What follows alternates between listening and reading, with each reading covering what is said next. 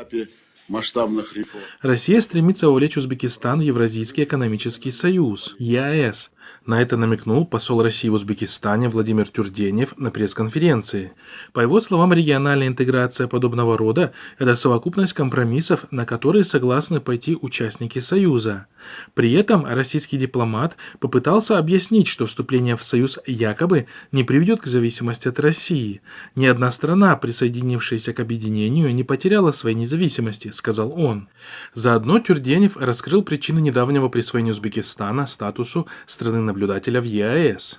Это возможность присмотреться и сделать свой выбор, сказал посол.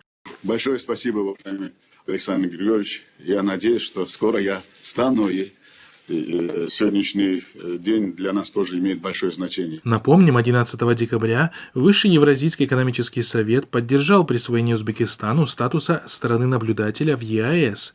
Rossiyaning geopolitik imkoniyatlarini saqlab qolish va imkon boricha. Отметим, что по мнению независимых политологов, ЕАЭС является не просто экономическим союзом, а преследует осуществление политической, экономической и культурной экспансии России в странах СНГ.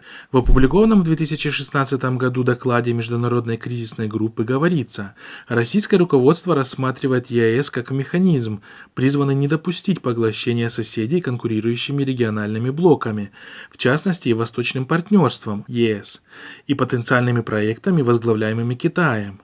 В сотрудничестве ЕС со странами бывшего СССР ему видится экспансионистское предвестие расширения НАТО, в котором с российской точки зрения есть угроза интересам России в области безопасности. Вы недолго будете наблюдать за нами и в ближайшее время примете решение и станете полноправным членом нашего союза, как вы очень правильно сказали, если это будет выгодно узбекскому.